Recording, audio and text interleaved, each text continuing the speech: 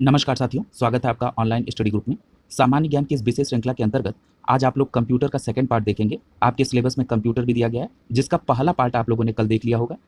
आज दूसरा पार्ट देखेंगे और इंटरनेट से संबंधित प्रश्नों से शुरुआत हो रही है। पहला प्रश्न है, ईमेल के लिए निम्नलिखित में से किस प्रोटोकॉल का उपयोग किया जाता है। यहाँ पर प्रोटोकॉल शब्द का प्रयोग हुआ है, पहले इसको समझ लीजिए। प्रोटोकॉल का मतलब होता है set of rule and regulation, यानी कि पहले से कुछ प्रीडिफाइंड रूल रेगुलेशन बनाए गए हैं, किसी पर्टिकुलर काम को करने के लिए उसको प्रोटोकॉल कहा जाता है। यहाँ पर ईमेल के वर्क को कंप्लीट करने के लिए प्रोटोकॉल संबंधित शब्द का प्रयोग हुआ है। अगर आप एक साधारण मैं आपको उदाहरण दूं, जैसे मान लीजिए कि आप किसी डिपार्टमेंट में हैं और आपके डिपार्टमेंट के मंत्री का दौरा आपके जिले में है, तो पहले से प्रोटोकॉल आता है कि कौन किस काम को परफॉर्म करेगा, कौन स्कॉट करेगा, कौन खाने पीने की व्यवस्था करेगा, कहाँ से क्या होगा। यानी ये जो set of rule and regulation है, इसी को प्रोटोकॉल कहते हैं। ठीक उसी प्रकार से जब आप ईमेल भेजते हैं तो सर्वर से कैसे कनेक्ट होगा, कहाँ पर मैसेज रिसीव होगा, फिर डिलीवर कैसे होगा, पैकेट किस फॉर्मेट में जाएंगे, यानी जो ये सभी set of rule and regulation है, इसी को प्रोटोकॉल कहा जा रहा है। और यहाँ पर प्रोटोकॉल का उदाहरण पूछ रहा है ईमेल के संदर्भ में, तो आपका सही जवाब क्या होगा? विकल्प बी सही हो जाएगा, एसएमटीपी और पीओपी। ठीक है, यानी यहाँ पर विकल्प बी सही हो जाएगा। एसएमटीपी का मतलब क्या होता है? Simple mail transfer protocol. और पीओपी का मतलब क्या होता है? पॉप का मतलब पोस्ट ऑफिस प्रोटोकॉल। यानी एसएमटीपी और पॉप ये दोनों याद रखेंगे, विकल्प बी सही हो जाएगा। यहाँ पर जरा समझ लीजिए, एसएमटीपी, पॉप और इसके अलावा एक और ईमेल प्रोटोकॉल होता है जिसको कहते हैं आईएमएपी। आईएमएपी का फुल फॉर्म होता है इंटरनेट मैसेज एक्सचेंज प्रोटोकॉल। जरा सा एसएमटीपी को समझ लीजिए। एसएमटीपी का मतलब ये होता है कि इसके माध्यम से हम इंटरनेट पर एक दूसरे को मेल भेजते हैं और रिसीव कर सकते हैं, इसमें ये मदद करता है। साथ ही साथ यदि आप पॉप की बात करेंगे तो मैंने फुल फॉर्म अभी आपको बता दिया। और इस प्रोटोकॉल के माध्यम से ईमेल सर्वर से मेल को पुनः प्राप्त करना यानी रिट्रीव करने का कार्य पॉप द्वारा किया जाता है। ठीक है, और पॉप का लेटेस्ट वर्जन कौन सा है? पॉप 3। अगर आप बात करेंगे आईएमएपी की, यानी इंटरनेट मैसेज एक्सचेंज प्रोटोकॉल की, तो ये क्या करता है? ये आईएमएपी प्रोटोकॉल का उपयोग भी पॉप 3 की तरह मेल सर्वर से मेल को रिट्रीव करने के लिए किया जाता है। तो ये भी बात आप समझ लेंगे, यानी मेल सर्वर से मेल रिसीव करने का काम इस एप्लीकेशन प्रोटोकॉल के तरह के जरिए किया जाता है। ये 3 प्रोटोकॉल जो कि ईमेल से संबंधित है, आप यहाँ पर उनके नाम और फुल फॉर्म, आपके लेवल पे जो प्रश्न बनेगा वो इससे ज़्यादा नहीं बनना चाहिए, लेकिन यहाँ पर मैंने आपको इंट्रो दे दिया। अगला देखिए, पूछ रहा है कि मेल प्राप्तकर्ता को दूरस्थ सर्वर से ईमेल पुनर्प्राप्त करने के लिए निम्नलिखित में से कौन सी क्रियाविधि प्रदान करता है। अभी आपने पढ़ा था पॉप, हमने आपसे बताया था ना कि इस प्रोटोकॉल के जरिए क्या होता है? ईमेल सर्वर से मेल को पुनः प्राप्त करने का कार्य किया जाता है। यानी आपका सही जवाब क्या हो जाएगा? पॉप, पीओपी, यानी पोस्ट ऑफिस प्रोटोकॉल। यानी यहाँ पर विकल्प ए सही हो जाएगा। अगला देखिए, पूछ रहा है कि ईमेल कम्युनिकेशन के लिए निम्नलिखित में से किस प्रोटोकॉल का उपयोग किया जाता है। अब आपके लिए बहुत सिंपल हो गया, आपने पॉप को भी पढ़ रखा है, यानी विकल्प यहाँ पर तीसरा भी सही हो जाएगा। विकल्प का मतलब तीसरा भी सही हो जाएगा। एसएमटीपी का भी प्रयोग किया जाता है, और किसका प्रयोग होता है? आईएमएपी का, यानी यहाँ पर विकल्प बी बिल्कुल सही हो जाएगा, दूसरा, तीसरा और चौथा। ठीक है, यहाँ पर विकल्प बी सही हो जाएगा। अगला देखिए, अगला पूछ रहा है कि ईमेल हेडर में निम्नलिखित में से कौन से फील्ड शामिल होते हैं। ठीक है, यानी जब आप ईमेल भेजते हैं तो ऊपर आप हेडर का मतलब है कि जो हेड्स में हो, यानी उसके टॉप पर जो बातें पूछी जाती हैं, तो उसमें क्या पूछा जाता है? टू, यानी जिसको भेजना। ठीक है, फिर सीसी यानी कार्बन कॉपी। ठीक है, ये सारी चीजें बीसीसी ये हेडर में दी गई रहती है जब आप किसी को मेल भेजते हैं। तो यानी यहाँ पर कौन कौन से विकल्प सही? यह पहला, तीसरा और चौथा। यानी यहाँ पर विकल्प कौन सा सही हो जाएगा? डी विकल्प सही हो जाएगा। पहला, तीसरा और चौथा ये सही हो जाएंगे। अगला देखिए, पूछ रहा है निम्नलिखित में से कौन सा इंटरनेट तक पहुंच प्रदान करता है। तो इंटरनेट तक पहुंच प्रदान कौन करेगा? यहाँ पर देखिए आईएसपी दिया, यानी इंटरनेट सर्विस प्रोवाइडर। नाम से ही बिल्कुल स्पष्ट है, यानी इंटरनेट सर्विस प्रोवाइडर, यानी जो इंटरनेट सेवा प्रदाता कंपनी है। ठीक है, तो यहाँ पर क्या है? यही तो इंटरनेट तक पहुंच प्रदान करेगा, यानी यहाँ पर विकल्प बी सही हो जाएगा आपका। ठीक है, यहाँ एक बात और याद रखिएगा, जैसे डायलअप हो गया, डीएसएल हो गया, केबल मॉडेम हो गया, वायरलेस हो गया, ये हाई स्पीड इंटरनेट कनेक्ट करने की तकनीक के तौर पर डेटा प्रेषित किया जाता है इनके माध्यम से। ठीक है, अगला देखिए, पूछ रहा है कि निम्नलिखित हाल ही में विश्व का सबसे बड़ा वाईफाई नेटवर्क कहाँ स्थापित हुआ है। तो आपका सही जवाब क्या होगा? यहाँ पर पटना, यानी विकल्प बी। ये उस समय का करंट से रिलेटेड प्रश्न होगा। अगला देखिए, निम्नलिखित में से किस प्रोटोकॉल द्वारा वर्ल्ड वाइड वेब में तक पहुंच सकता है। तो यहाँ पर क्या सही जवाब हो जाएगा? HTTP, यानी हाइपर टेक्स्ट ट्रांसफर प्रोटोकॉल। ठीक है, का प्रयोग जो है ये www यानी वर्ल्ड वाइड वेब द्वारा किया जाता है। ठीक है, तो ये समझ में आ गया। और इसका प्रयोग क्या होता है? मैसेज को एक कंप्यूटर से दूसरे कंप्यूटर में भेजने के लिए hyper text transfer protocol HTTP। ठीक है, तो ये यहाँ पर विकल्प ये सही हो जाएगा। अगला देखिए, अगला प्रश्न पूछ रहा है कि HTML इसका विस्तृत रूप क्या है। देखिए जितनी फुल फॉर्म है ये आपसे गलत नहीं होनी चाहिए, क्योंकि आपके यहाँ प्रश्नों का जो स्तर होगा ये इसी प्रकार का होगा। HTML बहुत टेक्निकल डीप में प्रश्न नहीं पूछे जाएंगे, लेकिन इसीलिए मैं कह रहा हूँ जो प्रश्न पूछे गए हैं उनको आप जरूर रिवाइज कर लें। HTML का मतलब हाइपर टेक्स्ट मार्कअप लैंग्वेज, ठीक है, यानी यहाँ पर विकल्प कौन सा सही हो जाएगा, बी सही हो जाएगा आपका। अगला देखिए, पूछ रहा है कि वर्ल्ड वाइड वेब का आविष्कार किसने किया था। ये वर्ल्ड वाइड वेब क्या है, WWW का फुल फॉर्म है, और इसका आविष्कार किसने किया था, टिम बर्नर्स ली द्वारा, ठीक है, यानी यहाँ पर विकल्प कौन सा सही हो जाएगा, ए विकल्प सही हो जाएगा, ठीक है। अगला देखिए,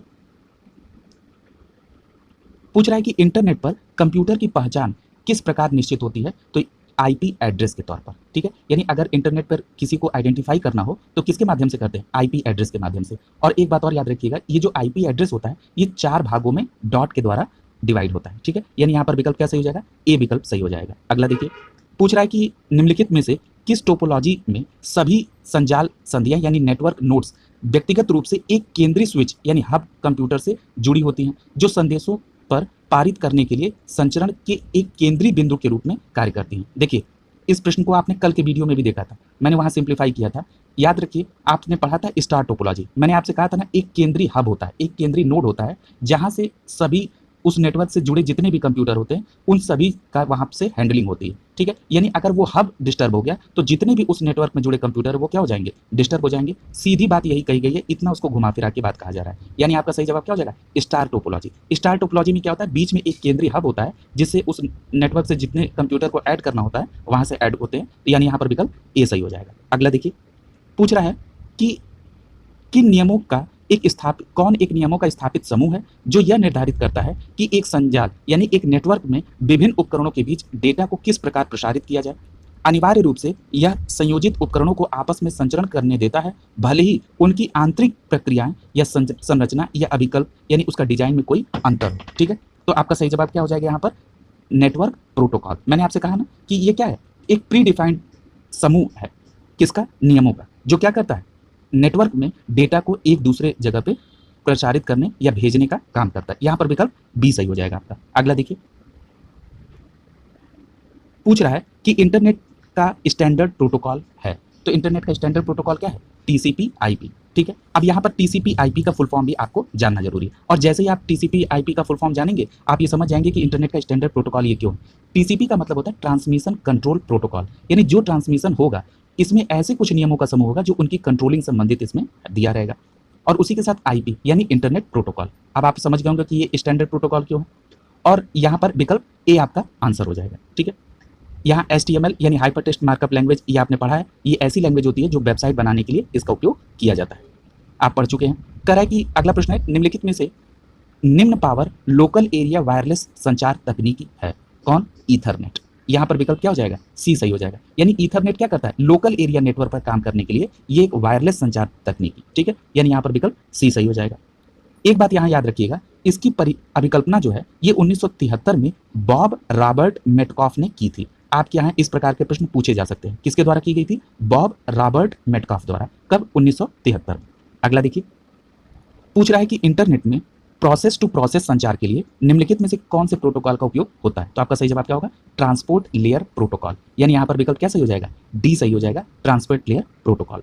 अगला देखिए, पूछ रहा है कि TCP का पूरा नाम क्या है, तो अभी आपने पढ़ा है ट्रांसमिशन कंट्रोल प्रोटोकॉल, यानी आपका विकल्प कौन सा सही हो जाएगा, सी विकल्प सही हो जाएगा यहाँ पे। अगला देखिए, अगला प्रश्न पूछ रहा है कि कौन एक भौतिक स्थान जैसे भवन, कार्यालय या घर में एक साथ जुड़े उपकरणों का एक संग्रह है, यह छोटा या बड़ा हो सकता है, जिसमें एक उपयोगकर्ता के साथ एक गृह जंजाल यानी होम नेटवर्क से लेकर एक कार्यालय या विद्यालय में हजारों उपयोगकर्ताओं या उपकरणों का के साथ जो है उद्यम संजाल यानी एंटरप्राइज नेटवर्क हो सकता है।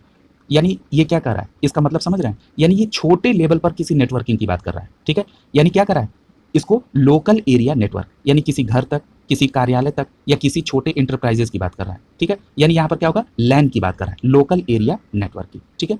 ये किस में लगता है, किसी स्कूल में, प्रयोगशाला में, किसी कार्यालय के अंदर, यानी यहाँ पर विकल्प ए सही हो जाएगा आपका। अगला देखिए, कह रहा है कि वेब विकास में एक प्रकार का वेब अनुप्रयोग यानी एप्लीकेशन है जो एकल चित्रात्मक अंतराफलक यानी सिंगल ग्राफिकल इंटरफेस में प्रदर्शित एकल नवीन सेवा का सृजन करने के लिए बहु सेवाओं को संयोजित करता है, ठीक है। तो कौन संयोजित करता है, मैसअप, ठीक है, यानी मैसअप एक एप्लीकेशन है जो सिंगल ग्राफिकल इंटरफेस में क्या करता है, एकल नवीन सेवाओं का सृजन करने के लिए बहु सेवाओं को संयोजित करता है। यहाँ पर विकल्प क्या जाएगा, अब अगला यहाँ विकल्प पे देख लीजिए, ये मैसअप के बारे में ही कर रहा है, हाँ, यहाँ पर विकल्प डी देखिए, मैशअप के बारे में बताया जा रहा है। यहाँ विकल्प क्या सही हो जाएगा? डी सही हो जाएगा। अगला देखिए, पूछ रहा है कि कॉलिंग, इंडेक्सिंग और रैंकिंग शब्द किससे संबंधित है? तो आपका सही जवाब क्या हो जाएगा? सर्च इंजन से। ठीक है, ये जो क्रॉलिंग है, नहीं कहते क्रॉलिंग कर रहे हैं, इंडेक्सिंग, रैंकिंग, ये क्या है? ये सभी सर्च इंजन से संबंधित है। यहाँ पर विकल्प डी सही हो जाएगा। अगला देखिए, पूछ रहा है निम्नलिखित में से किस क्लाउड आधारित संरचना यानी क्लाउड इंफ्रास्ट्रक्चर में अनेक उपयोगकर्ताओं वाले एकल संगठन यानी व्यावसायिक इकाइयां जैसे द्वारा अनन्य उपयोग करने का प्रावधान है? यह किसी संगठन, तीसरे पक्ष या दोनों के संयोजन द्वारा स्वामित्व में रखा, प्रबंधित और संचालित किया जाता है। तो ये क्या हो गया? किसकी उदाहरण की बात की जा रही है? यहाँ पर निजी क्लाउड की बात की जा रही है। ठीक है, यानी किसी प्राइवेट क्लाउड की बात की जा रही है। ठीक है, यानी जो प्राइवेट क्लाउड होता है, जो निजी क्लाउड होता है, ये क्या करता है? ऐसा क्लाउड इंफ्रास्ट्रक्चर जो एक सिंगल संगठन द्वारा कई उपयोगकर्ताओं यानी कई व्यावसायिक इकाइयों द्वारा अन्य उपयोगों के प्रावधान के लिए किया जाता है। ठीक है, यहाँ पर विकल्प क्या सही हो जाएगा? ए सही हो जाएगा।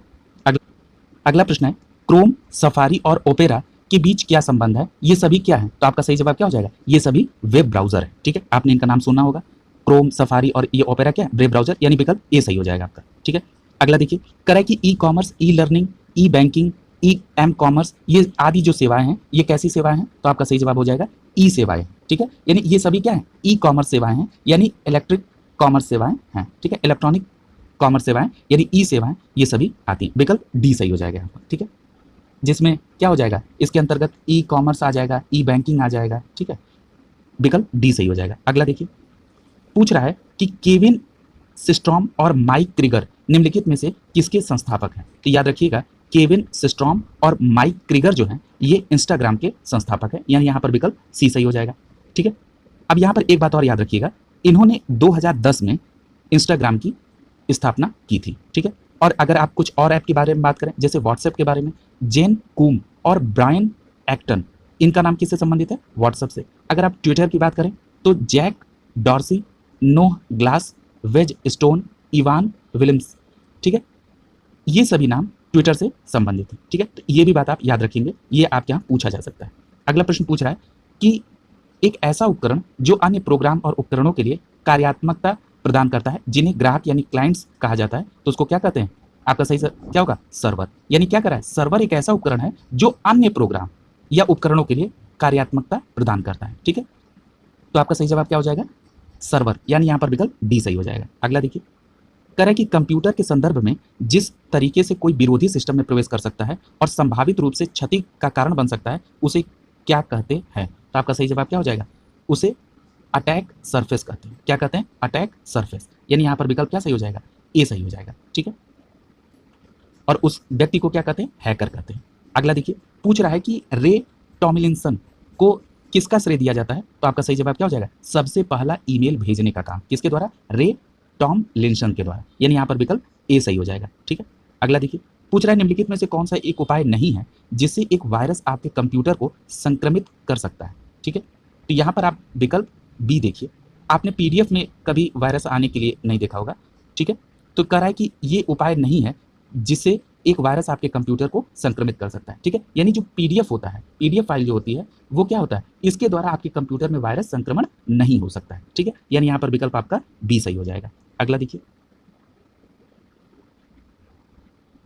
अगला प्रश्न पूछ रहा है कि ईमेल प्राप्त करने के लिए कौन सा प्रोटोकॉल उपयोग करते हैं? तो अभी आपने पढ़ा है किसके द्वारा? ईमेल प्राप्त करने के लिए। याद रखिएगा, आपका सही जवाब क्या हो जाएगा? POP3। ठीक है, ये प्रश्न इस टाइप का एक और पूछा गया था। ठीक है, तो यहाँ पर याद रखेंगे। और अभी आपने एक और पढ़ा था जो पॉप की ही तरह वर्क करता है, वो क्या नाम था? IMAP। ठीक है, तो इन दोनों बातों को याद रखेंगे। ईमेल प्राप्त करने के लिए POP3 या IMAP, इसका भी इस्तेमाल किया जाता है। यहाँ पर विकल्प डी सही हो जाएगा।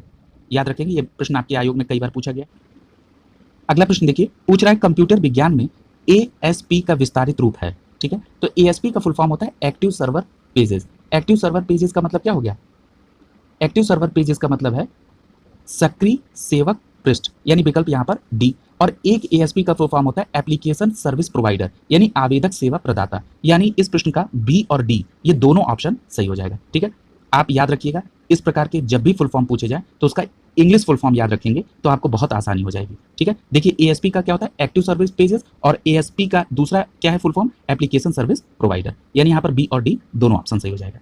अगला देखिए, पूछ रहा है कि बुकमार्क का उपयोग MS वर्ड में किया जाता है। अब हम लोग माइक्रोसॉफ्ट विंडोज़ को देख रहे हैं, तो MS वर्ड में बुकमार्क का प्रयोग क्यों किया जाता है? तो यहाँ पर विकल्प डी देखिए, लिखा है कि भविष्य में उल्लेख के लिए डॉक्यूमेंट में एक विशेष स्थान या टेक्स्ट की पहचान करने के लिए बुकमार्क।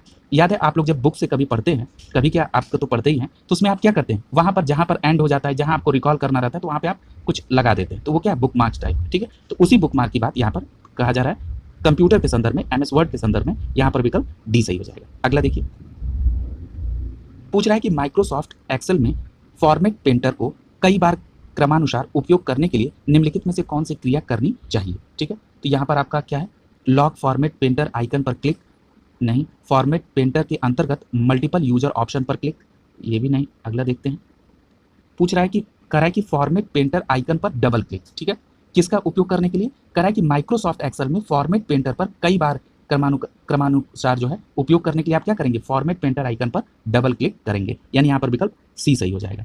ठीक है, अगला देखिए, पूछ रहा है कि एक्सेल 2016 में कॉलम जी और कॉलम एच के बीच 3 लाइन डालने के लिए आप क्या करेंगे? ठीक है, तो 3 लाइन डालने के लिए आप क्या करेंगे? तो आपका सही जवाब क्या हो जाएगा यहाँ पर,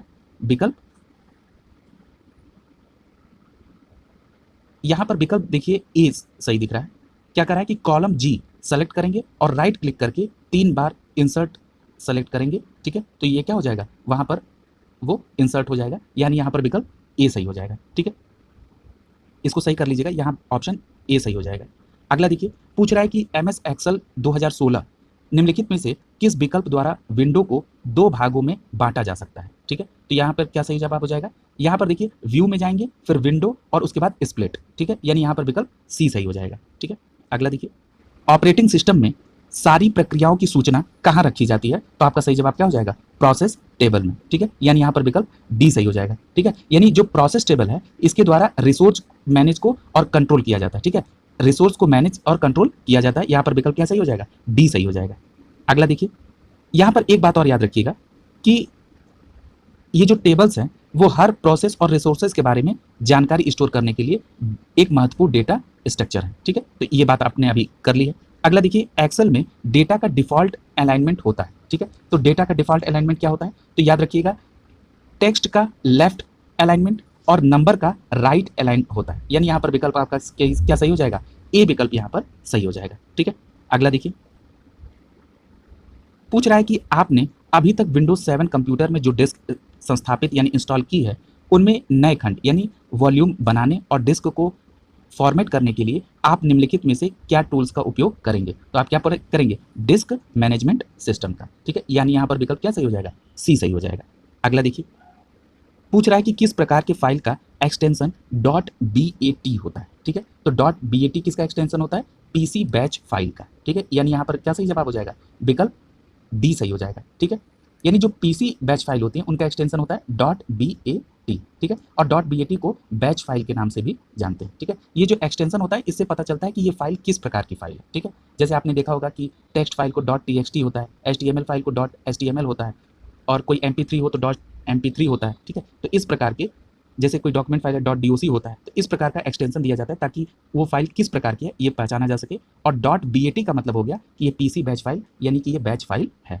डी विकल्प यहाँ सही होगा। अगला देखिए, अगला प्रश्न देखिए, पूछ रहा है कि कैलिस्टो, एम्प्टी, एरियल, सेंचुरी ये विभिन्न प्रकार के क्या हैं? तो आपका सही जवाब क्या हो जाएगा, ये विभिन्न प्रकार के फॉन्ट हैं। ठीक है, यानी यहाँ पर विकल्प क्या सही हो जाएगा, डी सही हो जाएगा। ठीक है, यहाँ कुछ अतिरिक्त फॉन्ट के नाम भी दे रहे हैं आपको। ठीक है, तो ये भी आप याद रखेंगे। अगला प्रश्न देखिए, निम्नलिखित में से कौन सा समूह MS एक्सेल के इंसर्ट टैब में मौजूद नहीं है? तो आपका सही जवाब क्या हो जाएगा, इंसर्ट टैब में क्या मौजूद नहीं है? तो आपका देखिए, जो इंसर्ट टैब होता है, सबसे पहली बात ये जान लीजिए कि जब आप किसी, जैसे मान लीजिए आप MS एक्सेल की बात हो रही है, तो मान लीजिए MS एक्सेल में आपको कोई चार्ट लेना है तो आप इंसर्ट करके ले आएंगे, कोई पिक्चर लानी है यानी चित्र लाना है तो वहाँ से लाएंगे, कोई हाइपर लिंक लाना है तो वो इंसर्ट टैब के माध्यम से आप उसमें लाते हैं। ठीक है, इसी प्रकार ये कह रहा है कि इसमें अनुच्छेद जो है इंसर्ट टैब में नहीं होता। अनुच्छेद का मतलब क्या हो गया, पैराग्राफ का मतलब। ठीक है, तो पैराग्राफ नहीं होता है MS एक्सेल में। ठीक है, तो यहाँ पर विकल्प आपका क्या सही हो जाएगा, बी सही हो जाएगा। बाकी चीज़ें आप इंसर्ट टैब में देख सकते हैं। अगला देखिए, यहाँ देखिए दिया भी है, जैसे टेबल हो गया, कोई चार्ट हो गया, कोई रिपोर्ट हो गया।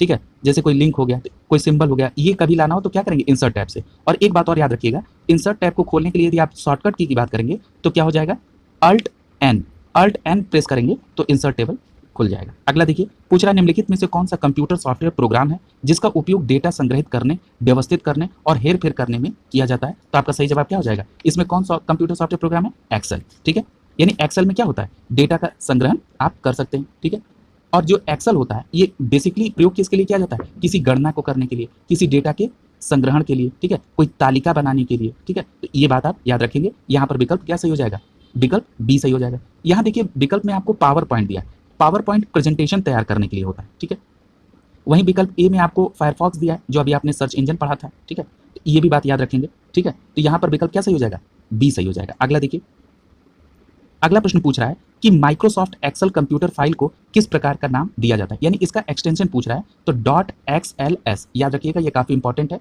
यानी जो भी कंप्यूटर यानी माइक्रोसॉफ्ट के अंदर, माइक्रोसॉफ्ट एक्सेल के अंदर जो भी आप गणितीय क्रियाएं करते हैं या जो अंकीय डाटा स्टोर करते हैं, वो फाइल किस नाम से स्टोर होगी, .xls, यानी विकल्प बी सही हो जाएगा। ठीक है, अगला देखिए, पूछ रहा है कि माउस, डिस्प्ले, साउंड, नेटवर्क और कीबोर्ड की सेटिंग को माइक्रोसॉफ्ट विंडोज के किस सेक्शन में बदला जा सकता है। तो आपका सही जवाब क्या हो जाएगा, कंट्रोल पैनल से बदला जा सकता है। यहाँ पर विकल्प बी सही हो जाएगा। अगला देखिए, पूछ रहा है कि विंडोज 10 को पहले एक पूर्वावलोकन के रूप में निम्नलिखित में से किस दिन जारी किया गया था। तो आपका सही जवाब क्या हो जाएगा, 1 अप्रैल 2014 को। ठीक है, और अंतिम तौर पर 29 जुलाई 2015 को। ठीक है, यहाँ पर विकल्प आपका क्या सही हो जाएगा, सी सही हो जाएगा। अगला देखिए, अब एमएस ऑफिस से संबंधित है। पूछ रहा है निम्नलिखित में से माइक्रोसॉफ्ट वर्ड का कौन सा व्यू टेक्स्ट दिखाता है जैसे ये हेडर और फुटर के बिना प्रिंटेड फॉर्मेट में दिखाई देता है। ठीक है, तो आपका सही जवाब क्या हो जाएगा यहाँ पर, ड्राफ्ट व्यू। ठीक है, यानी व्यू में आप जाएंगे, व्यू में उसके बाद डॉक्यूमेंट व्यू और उसके बाद फुल स्क्रीन व्यू। ठीक है, यही होता है एमएस वर्ड में ड्राफ्ट व्यू अप्लाई करने का स्टेप। ठीक है, यानी यहाँ पर विकल्प बी सही हो जाएगा। अगला देखिए, अगला प्रश्न पूछ रहा है कि माइक्रोसॉफ्ट एक्सेल में ऑटो फिल्टर विकल्प के संदर्भ में निम्नलिखित में से कौन सा कथन सही नहीं है, ऑटो फिल्टर के संदर्भ में।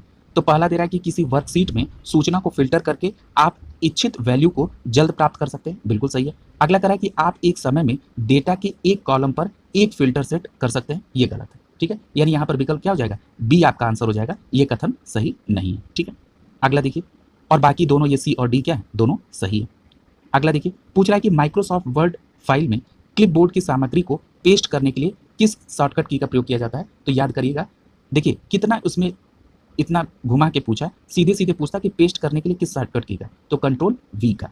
ठीक है, कंट्रोल एक्स का प्रयोग किस लिए होता है, कट करने के लिए। कंट्रोल सी का प्रयोग किस लिए होता है, कॉपी करने के लिए। और कंट्रोल पी का प्रयोग किस लिए होता है, प्रिंट करने के लिए। ये भी बात आप याद रखेंगे, यहाँ से भी प्रश्न पूछे जा सकते हैं। अगला देखिए, माइक्रोसॉफ्ट एक्सेल वर्कशीट के सेल में संख्याएं प्रविष्ट की जाती हैं जो पूर्व निर्धारित स्थिति यानी बाय डिफॉल्ट जो है वो कैसी होती है। तो जो बाय डिफॉल्ट इनका होता है ये राइट अलाइनमेंट होता है। ठीक है, कैसा अलाइनमेंट होता है, राइट अलाइनमेंट होता है, यानी दाईं ओर संरेखित होते हैं। यानी यहाँ पर विकल्प क्या सही हो जाएगा, सी सही हो जाएगा। ठीक है, अगला देखिए, पूछ रहा है कि माइक्रोसॉफ्ट वर्ड में आप किसका चयन करके पूर्व निर्धारित उपांत व्यवस्था यानी कि मार्जिन सेटिंग को कस्टमाइज कर सकते हैं। ठीक है, तो मार्जिन सेटिंग को कस्टमाइज करने के लिए किसका प्रयोग करते हैं, तो लेआउट और मार्जिन, यानी यहाँ पर विकल्प ए सही हो जाएगा। लेआउट में जाएंगे और उसके बाद मार्जिन सेट करेंगे, यानी यहाँ पर विकल्प ए सही हो जाएगा। अगला देखिए, पूछ रहा है कि माइक्रोसॉफ्ट पावर पॉइंट 2016 में स्लाइड पर दिखाई देने वाली सभी सामग्रियों के लिए formatting, positioning, place holder box निहित होते हैं, किस में होते हैं। तो आपका सही जवाब क्या होगा, स्लाइडर मास्टर में। यहाँ पर विकल्प क्या सही हो जाएगा, डी से हो जाएगा। याद रखिएगा, अगर इन प्रश्नों में आपको कोई समस्या आ रही होगी तो इनको 2-3 बार रिवाइज कर लेंगे। ठीक है, ताकि कोई दिक्कत नहीं आएगी, क्योंकि देखिए ये सभी प्रश्न जो हैं ये प्रैक्टिकल बेस्ड होते हैं। अगर जिन्होंने प्रैक्टिकल किया होगा उनको ये चीज़ें तुरंत रिकॉल हो जाएंगी। अगर आपने नहीं किया तो भी तनाव लेने की जरूरत नहीं है, इसको 1-2 बार रिवाइज कर लेंगे तो आपको चीज़ें हो जाएंगी। ठीक है, अगला देखिए, पूछ रहा है कि एमएस पावर पॉइंट में क्या आपको एक विषय में के समस्त समरूपण यानी फॉर्मेटिंग को कॉपी करने और इसे दूसरे विषय में प्रयोग करने के लिए सहायता प्रदान करता है। ठीक है, अब देखिए, फॉर्मेट पेंटर क्या प्रदान करता है, फॉर्मेट पेंटर। अब देखिए, अगर आप एमएस पावर पॉइंट की बात करेंगे तो एमएस पावर पॉइंट में जो फॉर्मेट पेंटर होता है, ठीक है, ये क्या करता है, आपको एक ऑब्जेक्ट से सभी ऑब्जेक्ट को कॉपी करने और दूसरे ऑब्जेक्ट पर अप्लाई करने का, ठीक है, ये व्यवस्था प्रोवाइड कराता है। और ये जो फॉर्मेट पेंटर है बटन, उस पर आप क्या करेंगे, डबल क्लिक करके, ठीक है, इसको अप्लाई कर सकते हैं कई बार। ठीक है, यानी यहाँ पर विकल्प क्या सही हो जाएगा, डी सही हो जाएगा। अगला देखिए, पूछ रहा है कि जब आप किसका प्रयोग कर रहे होते हैं तो तो आप सदैव माइक्रोसॉफ्ट द्वारा प्रस्तुत किए गए सर्वाधिक अपडेटेड ऐप्स चला रहे होते हैं। यह नियमित यानी अपडेट सुधारों को प्रकट यानी अनलॉक करता है, अति महत्वपूर्ण रूप से नवीनतम विशिष्टताएं और टूल्स जैसे उपकरण के लिए उपागम करवाता है। ठीक है, तो यहाँ पर पूछ रहा है कौन सा इसमें अपडेटेड है, तो आपका क्या जवाब हो जाएगा, ऑफिस 365। ठीक है, ये जो ऑफिस 365 है ये किसके द्वारा प्रस्तुत किया गया है, माइक्रोसॉफ्ट के द्वारा। ठीक है, और इसमें क्या करते हैं आप, इसमें आप Word, Excel, PowerPoint, Outlook, ये क्या करते हैं, ये सभी प्रोडक्टिविटी एप्लीकेशन का क्लाउड आधारित ये सूट है। कौन, माइक्रोसॉफ्ट 365। ठीक है, यहाँ पर विकल्प बी सही हो जाएगा। अगला देखिए, अगला प्रश्न पूछ रहा है कि एमएस पावर पॉइंट में आप यह सुनिश्चित करना चाहते हैं कि आपकी कंपनी का जो प्रतीक चिन्ह है यानी लोगो किसी प्रदत्त प्रस्तुतिकरण में सभी स्लाइड के ऊपर दाईं कोने ओर दिखाई दे। ऐसा करने के लिए आपको निम्नलिखित में से किस व्यू का उपयोग करना होगा, तो आपका सही जवाब क्या हो जाएगा, स्लाइड मास्टर का। ठीक है, यहाँ पर विकल्प डी सही हो जाएगा। अगला देखिए, पूछ रहा है कि माइक्रोसॉफ्ट वर्ड 2016, ठीक है, ये डॉक्यूमेंट में सामग्रियों की तालिकाएं प्रविष्ट करने के लिए आपको किस मेन्यू टैब पर जाना होगा, तो आपका सही जवाब क्या हो जाएगा, इंसर्ट पर। अभी हमने चर्चा की थी ना, किसी तालिका को इंसर्ट कराना, चाहे वो एमएस एक्सेल हो चाहे पावर पॉइंट हो। ठीक है, तो जब किसी तालिका या किसी पेज को या किसी चीज को इंसर्ट कराना हो तो आप किस में जाएंगे, इंसर्ट मेन्यू टैब में जाएंगे। यहाँ पर विकल्प डी सही हो जाएगा। अगला जैसे सूत्र अप्लाई करते हैं, इससे संबंधित है, ये यूपी ट्रिपल एससी के कंप्यूटर ऑपरेटर में पूछा गया था। इस प्रकार के प्रश्न आपके यहाँ नहीं पूछे जाएंगे, इसलिए इस प्रश्न को हम स्किप कर रहे हैं। अगला देखिए, निम्नलिखित में से कौन सा पैराग्राफ फॉर्मेटिंग है, तो पैराग्राफ फॉर्मेटिंग क्या होती है, तो पैराग्राफ फॉर्मेटिंग जो होती है, यहाँ पर आपका विकल्प बी सही हो जाएगा, अलाइनमेंट। ठीक है, याद रखिएगा ये जो पैराग्राफ फॉर्मेटिंग होती है इसमें तीन चीजें होती हैं, एक होता है अलाइनमेंट, एक होता है स्पेसिंग और एक होता है इंडेंटेंट्स। ठीक है, ये नहीं, इन तीन की मदद से आप पैराग्राफ फॉर्मेटिंग कर सकते हैं, अलाइनमेंट, स्पेसिंग और इंडेंट्स के तहत। ठीक है, ये याद रखेंगे आप। ठीक है, बहुत डीप में नहीं जाना है। अगला प्रश्न देखिए, पूछ रहा है कि कंप्यूटर के टूल्स जैसे MS Word, Excel, PowerPoint निम्नलिखित में से किस कंपनी के प्रोडक्ट्स हैं, तो आपका सही जवाब क्या हो जाएगा, माइक्रोसॉफ्ट के, यानी यहाँ पर विकल्प सी सही हो जाएगा आपका। ठीक है, अगला देखिए, इसके अलावा अगर जैसे आपने अभी यहाँ पर PowerPoint, access, MS access आ जाए, ये सब किसके अंतर्गत है, ये सब जो है माइक्रोसॉफ्ट के द्वारा विकसित किए गए। अगला प्रश्न देखिए, पूछ रहा है कि जब आप एक नई एक्सेल वर्कबुक खोलते हैं तो खोलने के समय डिफॉल्ट रूप से कितनी वर्कशीट होती है, तो आपका सही जवाब क्या हो जाएगा, डिफॉल्ट तौर पर 3 वर्कशीट आती है। यहाँ पर विकल्प बी सही हो जाएगा आपका। ठीक है, अगला देखिए, एक बात यहाँ पर और याद रखिएगा, एक वर्कबुक में अधिकतम 255 वर्कशीट होती है। ठीक है, यानी आपको दो बातें याद देखनी है कि अगर आप एमएस एक्सेल खोलते हैं तो डिफॉल्ट तौर पर वर्कबुक में 3 वर्कशीट ओपन होती है और एक वर्कबुक में अधिकतम 255 वर्कशीट होती है। अगला देखिए, पूछ रहा है कंप्यूटर की कीबोर्ड में पेस्ट कमांड निम्नलिखित में से किस शॉर्टकट की द्वारा, तो अभी हमने आपको बताया था कंट्रोल वी द्वारा, यानी कंट्रोल वी यानी सी ऑप्शन आपका सही हो जाएगा। यहाँ पर देखिए कुछ अन्य शॉर्टकट की दिए गए, जैसे कंट्रोल एन किसी नई फाइल को बनाने के लिए, कंट्रोल एन के लिए। अगर मान लीजिए कोई फाइल है उसको आपको ओपन करना है तो कंट्रोल ओ, कोई फाइल आप काम कर रहे हैं उसको आप सेव करना चाहते हैं तो कंट्रोल एस, किसी फाइल पे को आप प्रिंट करने के लिए देना चाहते हैं तो कंट्रोल पी, अगर आपको मान लीजिए कि किसी फाइल के किसी टेक्स्ट या किसी चित्र को कॉपी करना है तो कंट्रोल सी, अगर पेस्ट करना है तो कंट्रोल वी, और मान लीजिए कि कोई काम किया उसको आप पुनः ले जाना चाहते हैं यानी अंडू करना चाहते हैं तो कंट्रोल जेड, और कंट्रोल ई के द्वारा आप किसी भी टेक्स्ट या पैराग्राफ के दाएं और बाएं मार्जिन के बीच रखना चाहते हैं, यानी दाएं तथा बाएं मार्जिन के बीच में रखना चाहते हैं तो आप कंट्रोल ई का प्रयोग करते हैं। ठीक है, ये याद रखेंगे। अगला देखिए, पूछ रहा है विंडो में लॉग ऑन करने के बाद दिखने वाले प्रमुख स्क्रीन एरिया को क्या कहते हैं, यानी जैसे आप विंडो में लॉग इन करते हैं तो आपको सबसे पहले क्या दिखाई देता है, डेस्कटॉप, जो दिखाई देता है उसको क्या कहते हैं, डेस्कटॉप कहते हैं, यानी यहाँ पर विकल्प डी सही हो जाएगा।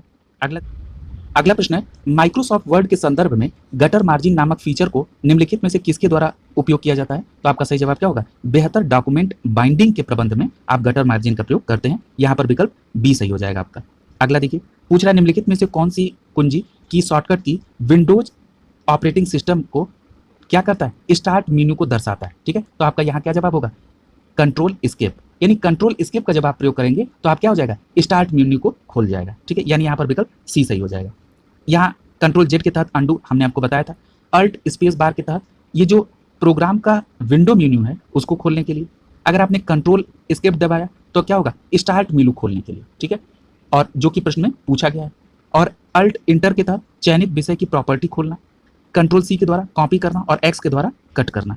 अगला देखिए, पूछ रहा है कि विंडो साउंड फाइल किस एक्सटेंशन से सेव होती है, तो आपका सही जवाब क्या हो जाएगा, .wav। ठीक है, यानी वेब फॉर्म ऑडियो फाइल होती है ये, .wav, विकल्प ए सही हो जाएगा। अगला देखिए, पूछ रहा है यदि आप अधिक रैम स्थापित करते हैं तो माइक्रोसॉफ्ट विंडोज आधारित कंप्यूटर पर क्या असर होता है। तो आपका सही जवाब क्या हो जाएगा, वो तेज गति से काम करेगा। मैंने कल के वीडियो में आपको रैम के बारे में डिटेल चर्चा की है, तो यानी आप समझ गए होंगे, उससे क्या हो जाएगी, गति तेज हो जाएगी। ये आप जानते हैं कि जो भी प्रोग्राम आप रन कराते हैं वो कहाँ रन होता है, मेन आपकी सेकेंडरी मेमोरी से उठ के आके रैम में वो चलता है, ठीक है। इसलिए अगर रैम की साइज बड़ी होगी तो जो आपकी स्पीड है वो तेज होगी, यानी विकल्प बी सही हो जाएगा।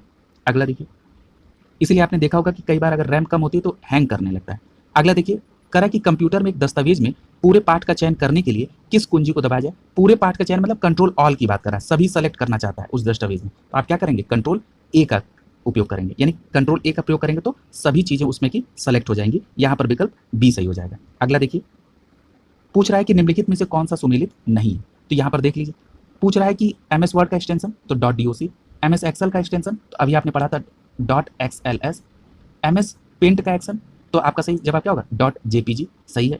एमएस पावर पॉइंट का तो एमएस पावर पॉइंट का क्या होता है, .ppt होता है, ठीक है, ये गलत दिया है, यानी 181 का सही जवाब क्या हो जाएगा, विकल्प डी, यानी पावर पॉइंट का .ppt होता है। अगला देखिए, माइक्रोसॉफ्ट वर्ड उदाहरण है, ठीक है, तो ये माइक्रोसॉफ्ट कैसा उदाहरण है, हमने आपको कल के लेक्चर में बताया था, ये कैसा एप्लीकेशन है, एप्लीकेशन सॉफ्टवेयर, ठीक है, न कि सिस्टम सॉफ्टवेयर, ठीक है। ये किसी यूजर के पर्टिकुलर सुविधा के लिए बनाया गया एप्लीकेशन या सॉफ्टवेयर, वो क्या कहलाता है, एप्लीकेशन सॉफ्टवेयर, विकल्प डी सही हो जाएगा। अगला देखिए, ये विविध से संबंधित प्रश्न है, करा कि कंप्यूटर स्टार्टअप कौन सा प्रोग्राम निष्पादन करने के लिए कर्नल को मुख्य मेमोरी में खोजता है और लोड करता है। तो आपका सही जवाब क्या हो जाएगा यहाँ पर, बूट स्ट्रैप प्रोग्राम, ठीक है, यानी यहाँ पर विकल्प ए सही हो जाएगा। पहले समझ लीजिए कि ये बूट स्ट्रैप प्रोग्राम क्या होता है, ठीक है। जब बूट स्ट्रैप प्रोग्राम का मतलब ये होता है, जब आप कंप्यूटर को पहली बार स्टार्ट या ऑन करते हैं तो वो क्या करता है, बूटिंग करता है, और बूट स्ट्रैप लोडर कंप्यूटर के ऑपरेटिंग सिस्टम को मेमोरी में लोड करता है। जब उसको सभी सिग्नल पॉजिटिव मिल जाते हैं तो वो क्या करता है, कंप्यूटर के ऑपरेटिंग सिस्टम को मेमोरी में लोड करता है, ठीक है। बात समझ में आ गया, यानी क्या करता है कि बूट स्ट्रैप प्रोग्राम का मतलब यह है कि स्टार्टअप के समय ऑपरेटिंग सिस्टम को इनिशियलाइज करना, ठीक है, इतनी बात समझ गए। अगला देखिए, पूछ रहा है कि निम्नलिखित में से किसका नाम क्लास नाम के समान होना चाहिए। तो ये देखिए थोड़ा प्रोग्रामिंग से संबंधित टर्म है, क्योंकि यहाँ पर जेईई के एग्जाम में पूछा गया था, तो कुछ प्रश्न ऐसे होंगे जो आपके स्तर से अतिरिक्त होंगे, तो बस केवल आप उसके बारे में हल्का इंट्रो दें या उनको स्किप करते हुए चलें, ताकि आपको बहुत बर्डन ना फील हो, लेकिन मैं उनको हल्का इंट्रो देते हुए निकलूंगा। यहाँ पर देखिए कंस्ट्रक्टर, ठीक है, जो कंस्ट्रक्टर होता है ये क्या होता है, इसका क्लास नाम के समान इसका नाम होना चाहिए, यानी यहाँ पर विकल्प क्या सही हो जाएगा, सी सही हो जाएगा। अगला देखिए, पूछ रहा है कि निम्नलिखित में से किन रीसेट ट्रेंड्स को प्रोसेसर, मेमोरी इत्यादि जैसे विभिन्न कंप्यूटिंग संसाधनों को सारांश के रूप में परिभाषित किया जाता है, जो आईटी के खर्च को कम करने के लिए प्रभावी तरीका है, ठीक है। तो यहाँ पर आपका ऑप्शन देखते हैं, यहाँ पर आपका ऑप्शन क्या सही हो जाएगा, डी, वर्चुअलाइजेशन, ठीक है। ये जो वर्चुअलाइजेशन होता है इसके माध्यम से क्या होता है, ये virtual computer, hardware, platform, storage device, computer network, इन सभी संसाधनों में सहित किसी चीज का वर्चुअल वर्जन बनाने की क्रिया है, ठीक है, जो प्रश्न में पूछा जा रहा है, विकल्प डी सही हो जाएगा यहाँ। अगला देखिए, पूछ रहा है कि निम्नलिखित में से किसे ओवरलोड किया जा सकता है। तो ओवरलोड किसको किया जा सकता है, तो आपका सही जवाब क्या हो जाएगा, फंक्शन को, ठीक है, यानी विकल्प डी सही हो जाएगा। ये भी प्रोग्रामिंग से संबंधित है। अगला देखिए, पूछ रहा है कि निम्नलिखित में से मॉडेम्स में क्लॉक रिकवरी सर्किट होती है। तो किस में होती है, जो सिंक्रोनस मॉडेम होते हैं इसमें क्लॉक रिकवरी सर्किट होती है, यहाँ पर विकल्प ए सही हो जाएगा। याद रखिएगा, ये जो सिंक्रोनस मॉडेम होते हैं ये डेटा के साथ साथ क्लॉक सिग्नल भी भेजते हैं, ठीक है, इसीलिए इसमें क्लॉक रिकवरी सर्किट होती है, किसमें, सिंक्रोनस मॉडेम में, याद रखेंगे इसको। और ये एसिंक्रोनस मॉडेम की तुलना में महंगा भी होता है। अगला प्रश्न देखिए, अगला प्रश्न है, निम्नलिखित में से क्या एस रैम की विशेषता नहीं है। तो याद रखिएगा, एस रैम के बारे में कल मैंने आपको बताया भी था, चलिए देखते हैं। एस रैम में प्रत्येक सेल फ्लिप फ्लॉप से बना होता है जो एक बिट स्टोर करता है, बिल्कुल सही है। अगला करा कि इसे एक सेकंड में कई बार रिफ्रेश करने की आवश्यकता होती है, ये स्टेटमेंट सही नहीं। मैंने आपको बताया था एस रैम में बार बार रिफ्रेश करने की आवश्यकता नहीं होती है, बल्कि डी रैम जो होता है उसमें बार बार रिफ्रेश करने की आवश्यकता होती है, यहाँ पर विकल्प बी आपका आंसर हो जाएगा। अगला देखिए, अगला पूछ रहा है कि एसएमटीपी का पूर्ण नाम क्या है। तो एसएमटीपी पूर्ण नाम क्या है, सिंपल मेल ट्रांसफर प्रोटोकॉल। तो आप समझ गए, ये ईमेल भेजने के लिए प्रोटोकॉल है, यानी यहाँ पर विकल्प क्या सही हो जाएगा, बी सही हो जाएगा। अगला देखिए, पूछ रहा है निम्नलिखित में से कौन सी साइट है सोशल नेटवर्किंग का उदाहरण है। तो यहाँ पर आप देख रहे हैं लिंक्डइन, ये भी सोशल नेटवर्क है। उसके अलावा आप पिंटरेस्ट, ये भी सोशल नेटवर्किंग साइट है। इसके अलावा इंस्टाग्राम, ये भी सोशल नेटवर्क साइट है, यानी यहाँ पर तीनों जो दिए गए हैं ये तीनों की तीनों सोशल नेटवर्किंग साइट है। आपका सही जवाब क्या हो जाएगा, विकल्प डी सही हो जाएगा यहाँ पे, ठीक है। एक बात याद रखिएगा कि कुछ अतिरिक्त सोशल नेटवर्किंग साइट की बात करें तो फेसबुक, ट्विटर, लिंक्डइन, इंस्टाग्राम, ठीक है। अगला देखिए, पूछ रहा है कि निम्नलिखित में से कौन सा इनपुट आउटपुट डिवाइस एक ब्लॉक डिवाइस है। तो आपका सही जवाब क्या हो जाएगा? Tape drive. ये जो टेप ड्राइव है ये ब्लॉक डिवाइस का उदाहरण है, ठीक है, यानी यहाँ पर विकल्प ए सही हो जाएगा। अगला देखिए, पूछ रहा है कि निष्पादन में प्रोग्राम को क्या नाम दिया जाता है। तो जो निष्पादन होता है तो उसको कहा जाता है प्रोसेस, ठीक है, यानी यहाँ पर विकल्प ए सही हो जाएगा। अगला देखिए, पूछ रहा है कि ईमेल के बारे में निम्नलिखित कथनों को पढ़ें और सही विकल्प को चयन करें। जैसे पहला दिया कि यूजर नेम और मॉडेम नेम @ चिन्ह से अलग होते हैं, ये बात बिल्कुल सही है।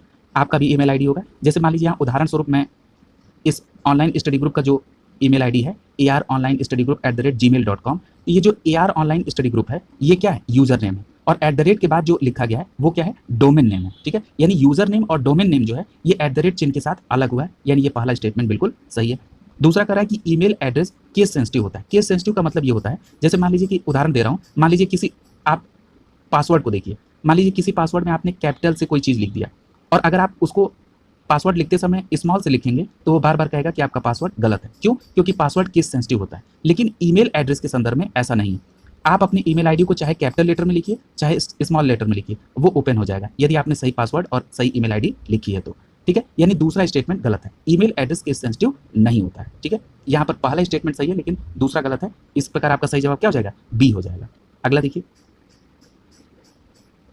अगला प्रश्न पूछ रहा है कि भारत के पहले स्वदेशी रूप से विकसित ऐप स्टोर की पहचान करें जो विभिन्न डोमेन और सार्वजनिक सेवाओं की श्रेणियों में 965 से अधिक लाइव ऐप होस्ट करता है। तो आपका सही जवाब क्या हो जाएगा? मोबाइल सेवा ऐप स्टोर, ठीक है, यानी यहाँ पर विकल्प डी सही हो जाएगा आपका, ठीक है। अगला देखिए, पूछ रहा है कि डेडलॉक क्या है। तो डेडलॉक क्या चीज होता है? तो आपका सही जवाब क्या हो जाएगा? वह स्थिति जहां प्रत्येक प्रोसेस अवरुद्ध हो जाता है और रिसोर्स रिलीज करने के लिए दूसरे की प्रतीक्षा करता है, उसको कहते हैं डेडलॉक, यानी यहाँ पर विकल्प ए सही हो जाएगा आपका। अगला देखिए, पूछ रहा है निम्नलिखित में से कौन सी कंपनी विंडो ऐप टिकटॉक का स्वामित्व रखता है। तो आपका सही जवाब क्या हो जाएगा? यहाँ पर बाइट डांस जो है यानी विकल्प सी सही हो जाएगा, ये टिकटॉक का स्वामित्व रखता है। 196 का सही जवाब क्या होगा? विकल्प सी सही हो जाएगा। अगला देखिए, पूछ रहा है कि एक सामान्य त्रुटि पता करने के लिए कोड CRC का पूर्ण नाम क्या है, ठीक है। ये जो CRC है इसका पूर्ण नाम क्या है? साइक्लिक रिडंडेंसी चेक, यानी यहाँ पर विकल्प सी सही हो जाएगा, साइक्लिक रिडंडेंसी चेक, ठीक है, यानी सी विकल्प यहाँ पर सही हो जाएगा। अगला देखते हैं, पूछ रहा है निम्नलिखित में से किस भारतीय कंपनी ने पूर्ण स्वामित्व वाली सहायक कंपनी है। पूछ रहा है कि इनमें से किस भारतीय कंपनी की पूर्ण स्वामित्व वाली सहायक कंपनी है। तो आपका सही जवाब क्या हो जाएगा? इन्फोसिस, यानी जो इन्फोसिस IT कंपनी है इसकी पूर्ण स्वामित्व वाली सहायक कंपनी भी है। उसका नाम क्या है? उसका नाम है एज वर्ब सिस्टम, ठीक है, क्या है? एज वर्ब सिस्टम, यानी यहाँ पर विकल्प बी सही हो जाएगा। यहाँ देखिए उसका नाम दिया है एज वर्ब सिस्टम, ये क्या है? इन्फोसिस की पूर्ण स्वामित्व वाली एक सहायक कंपनी है। अगला देखिए, पूछ रहा है कि वॉटसन कंप्यूटर निम्नलिखित में से किस कंपनी का प्रोडक्ट्स है। तो आपका सही जवाब क्या हो जाएगा? IBM का। ये जी वॉटसन जो सुपर कंप्यूटर है ये IBM द्वारा बनाया गया है, ठीक है। IBM का मतलब क्या हो गया? इंटरनेशनल बिजनेस मशीन के द्वारा, यानी यहाँ पर विकल्प बी सही हो जाएगा। अगला देखिए, एक बात और याद रखिएगा कि अगर पूछा जाए कि IBM के संस्थापक कौन है तो थॉमस J टॉमसन। अगला देखिए, पूछ रहा है कि नेता को हमेशा, ठीक है, तो नेता को हमेशा क्या है? उद्देश्य को ध्यान में रखते हुए नेतृत्व करना चाहिए, यहाँ पर विकल्प ए सही हो जाएगा। अगला देखिए, पूछ रहा है कि एक व्यक्ति की ईमानदारी, सम्मान, न्याय और दूसरों की मदद करना ये सभी क्या है? ये उसके नैतिक मूल्य हैं, यानी यहाँ पर विकल्प ए सही हो जाएगा। अगला देखिए, पूछ रहा है कि निम्नलिखित में से कौन CRT का फुल फॉर्म है, यानी कैथोड रे ट्यूब। ये कल के भी वीडियो में आपने देखा था, यानी यहाँ पर विकल्प क्या हो जाएगा? डी सही हो जाएगा। ये कई परीक्षाओं में रिपीट किया गया है प्रश्न, विकल्प डी सही हो जाएगा। अगला देखिए, अगला प्रश्न पूछ रहा है SSD का पूर्ण रूप क्या है। तो SSD का पूर्ण रूप क्या है? सॉलिड स्टेट ड्राइव, ठीक है, सॉलिड स्टेट ड्राइव, यहाँ पर विकल्प सी सही हो जाएगा। अगला देखिए,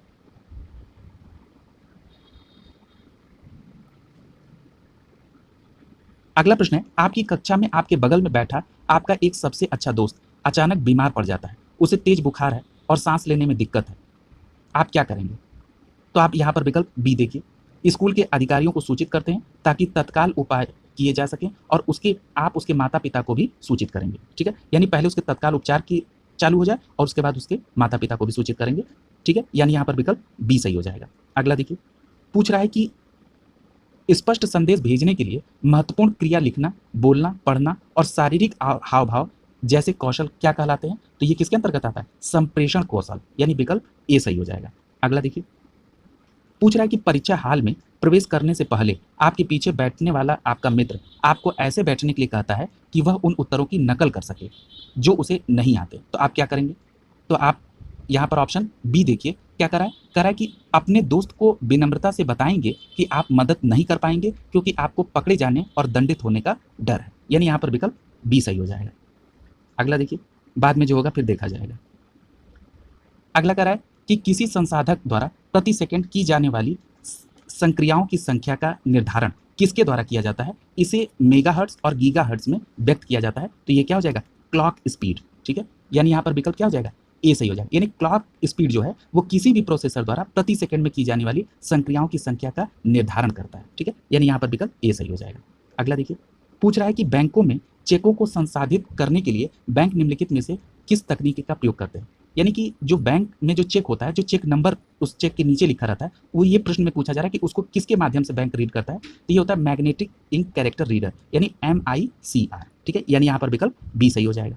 अगला देखिए, पूछ रहा है कि जुलाई 2019 में ईस्ट कोस्ट रेलवे ने इलेक्ट्रॉनिक रूप से सूचना प्रदान करने और डिजिटल इंडिया को बढ़ावा देने के लिए किस मोबाइल ऐप को लॉन्च किया? तो ये उस समय का करंट है, ये क्या हो जाएगा? ECOR यात्रा नामक मोबाइल ऐप, यानी यहाँ पर विकल्प बी सही हो जाएगा। अगला देखिए, पूछ रहा है कंप्यूटर शब्दावली में PDF का फुल फॉर्म क्या है? तो PDF का नाम क्या होता है? PDF का full form portable document format, यानी यहाँ पर विकल्प डी सही हो जाएगा। अगला देखिए, और जो PDF है ये एडोबी नामक सॉफ्टवेयर कंपनी द्वारा विकसित किया जाता है। अगला है प्रथम मोबाइल ओपन एक्सचेंज जोन का उद्घाटन कहाँ किया गया? तो आपका सही जवाब क्या हो जाएगा? विकल्प डी सही हो जाएगा। नोएडा में प्रथम मोबाइल ओपन एक्सचेंज जोन का उद्घाटन किया गया, डी ऑप्शन यहाँ पर सही होगा। अगला देखिए, पूछ रहा है कि निम्नलिखित में से किस राज्य में विशेष रूप से सरकारी कर्मचारियों के वृद्ध माता पिता की जिम्मेदारी पर ध्यान देने के लिए PRANAM आयोग नामक एक आयोग की शुरुआत की गई? तो आपका सही जवाब क्या होगा? ये असम में शुरुआत की गई। ये असम में राज्य के जो सरकारी कर्मचारी हैं उनके माता पिता के बुरे वक्त में उनको सुरक्षा प्रदान करने के लिए इसका प्रारंभ किया गया, यहाँ पर विकल्प ये सही हो जाएगा। अगला देखिए, पूछ रहा है कि भारत के किस राज्य में सर्वप्रथम ट्विटर सेवा योजना आरंभ की? तो आपका सही जवाब क्या हो जाएगा? विकल्प डी। ठीक है, यहाँ पर विकल्प डी यानी उत्तर प्रदेश में। ठीक है, ट्विटर सेवा योजना प्रारंभ की गई। ठीक है, कब? 2016 में। ठीक है, ये उस समय का करंट था, डी। अगला देखिए, पूछ रहा है कि वाणिज्य और उद्योग मंत्री सुरेश प्रभु ने लापता या परित्यक्त बच्चों का पता लगाने के लिए उन पर निगरानी करने के लिए भारत में एक मोबाइल ऐप लॉन्च किया था, उसका नाम क्या है? तो उसका नाम क्या होगा? रीयूनाइट। ठीक है, यानी यहाँ पर विकल्प ए सही हो जाएगा। ठीक है, रीयूनाइट। अगला देखिए, पूछ रहा है कि सुरक्षा सेवाओं जैसे गोपनीयता, डेटा अखंडता, इकाई प्रमाणीकरण, डेटा मूल प्रमाणीकरण प्रदान करने के लिए गणितीय तकनीकों का उपयोग क्या कहा जाता है? तो आपका सही जवाब क्या होगा? चलिए ऑप्शन, इसका ऑप्शन क्या सही हो जाएगा? इसका ऑप्शन सही हो जाएगा क्रिप्टोग्राफी, यानी यहाँ पर विकल्प बी सही हो जाएगा। याद रखिएगा, ये जो क्रिप्टोग्राफी है इसके माध्यम से विभिन्न सुरक्षा सेवाएं जैसे डेटा की गोपनीयता, डेटा की इंटीग्रिटी, ठीक है, एंटिटी की ऑथेंटिकेशन, डेटा ओरिजिन ऑथेंटिकेशन, इसको प्रदान करने के लिए विभिन्न गणितीय तकनीकों का प्रयोग किसके द्वारा किया जाता है? क्रिप्टोग्राफी के द्वारा। ठीक है, यानी क्रिप्टोग्राफी के द्वारा गणितीय तकनीकी का प्रयोग करके इन सेवाओं को प्रदान किया जाता है। अगला देखिए, पूछ रहा है कि cathode ray tube computer monitor से चुंबकत्व को हटाने के लिए इस्तेमाल की जाने वाली प्रक्रिया को क्या कहा जाता है? तो आपका सही जवाब क्या होगा? डिगॉस, यानी यहाँ पर विकल्प सी सही हो जाएगा। ठीक है, अगला देखिए, पूछ रहा है कि वर्ष 2000 में शुरू की जाने वाली तिथियों के लिए कैलेंडर डेटा स्वरूपण और संग्रहण से संबंधित कंप्यूटर बग की श्रेणी में क्या है? तो आपका सही जवाब क्या हो जाएगा? Y2K। ठीक है, यहाँ पर विकल्प बी सही हो जाएगा। अगला देखिए, पूछ रहा है निम्नलिखित में से कौन सा डिजिटल लेजर है जिसमें क्रिप्टो करेंसी में किए जाने वाले लेन देन क्रमानुक्रमिक रूप से और सार्वजनिक रूप से दर्ज किए जाते हैं? तो आपका सही जवाब क्या हो जाएगा? इसमें विकल्प सी सही हो जाएगा, ब्लॉकचेन में। ठीक है, यानी ब्लॉकचेन एक तकनीक होती है जिसमें क्या होता है? एक डिजिटल सेवा लेजर है जहां पर सभी प्रकार के लेन देन और सूचनाएं जो हैं वो स्थायी तौर पर रहती हैं, मौजूद रहती हैं, और उनका क्या होता है? प्रमाणीकरण भी किया जाता है। यहाँ पर विकल्प सी सही हो जाएगा। ठीक है, अगला देखिए, अगला पूछ रहा है कि भारत में प्रथम मोबाइल सेवा प्रारंभ की गई थी कहाँ पर? तो आपका सही जवाब हो जाएगा मोदी टेलस्ट्रा में। ठीक है, कहाँ पर? मोदी टेलस्ट्रा में, यानी यहाँ पर विकल्प बी सही हो जाएगा। ठीक है, और ये कब प्रारंभ की गई थी? 31 जुलाई 1995 को। ठीक है, और उस समय पश्चिम बंगाल के मुख्यमंत्री कौन थे?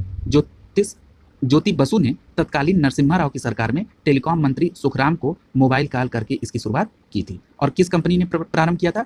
मोदी टेलस्ट्रा द्वारा। ठीक है, याद रखेंगे इसको आप। अगला देखिए, पूछ रहा है कि एक कुकी यानी कुकी का काम क्या होता है, तो याद रखिएगा ये उपभोक्ताओं की जो यानी जो उपयोगकर्ता है किसका, वेबसाइट का, ठीक है, इसकी वेब गतिविधियों के बारे में सभी जानकारी को संग्रहित करता है, ठीक है। ये किसके द्वारा संग्रहित किया जाता है, ये वेबसाइट संचालक द्वारा, यानी वेबसाइट संचालक अपने उपयोगकर्ताओं के यानी जो भी वेबसाइट में वो क्या खोल रहा है ये सभी चीज़ें जो है वो कुकी में स्टोर रखता है, ठीक है। यानी यहाँ पर विकल्प ए सही हो जाएगा। अगला देखिए, पूछ रहा है कि निम्नलिखित में से क्या कंप्यूटर प्रणाली से संबंधित नहीं है, ठीक है, तो यहाँ पर विकल्प डी सही हो जाएगा। यहाँ पर ईपीएफ जो है ये एम्प्लॉयड प्रोविडेंट फंड इसका फुल फॉर्म होता है, यानी ये कर्मचारी भविष्य निधि, ये कंप्यूटर से संबंधित नहीं है, ये कर्मचारियों का जो फंड करता है ये उसको मैनेज करने का ये ऑर्गेनाइजेशन का नाम है, ठीक है। वहीं पीपीपी यानी पावर पॉइंट प्रेजेंटेशन कंप्यूटर से संबंधित है। एफटीपी फाइल ट्रांसफर प्रोटोकॉल ये भी कंप्यूटर से संबंधित है। यूआरएल यूनिफॉर्म रिसोर्स लोकेटर ये भी कंप्यूटर से संबंधित है, यहाँ पर विकल्प डी सही हो जाएगा। अगला देखिए, पूछ रहा है कि आईएसडीएन एक दूरसंचार प्रौद्योगिकी है जहाँ क्या होता है, यहाँ पर ध्वनि, वीडियो और डेटा साथ साथ संचरित होते हैं, ठीक है, यानी यहाँ पर विकल्प ए सही हो जाएगा, ठीक है। इसका मतलब ये जो आईएसडीएन होता है ये क्या करता है, इसमें जो ध्वनि, वीडियो या डेटा है ये सभी क्या होता है, साथ साथ टेलीफोन सेवा प्रदाता द्वारा चलाया जाता है। एक बात और याद रखिएगा, ये जो आईएसडीएन होता है इसका फुल फॉर्म क्या है, integrated service digital network, integrated service digital network, ठीक है। यहाँ पर आपका कंप्यूटर से संबंधित जो भी प्रश्न था वो यहाँ पर कंप्लीट हो गया है। कंप्यूटर के दोनों पार्ट को आप समय अनुसार रिवाइज कर लें, ठीक है, और अपनी तैयारी को सतत जारी रखें। ऑनलाइन स्टडी ग्रुप आपको हर संभव प्रयास करेगा कि आपका अंतिम चयन हो सके। शुभकामनाओं के साथ आप सभी का बहुत बहुत धन्यवाद।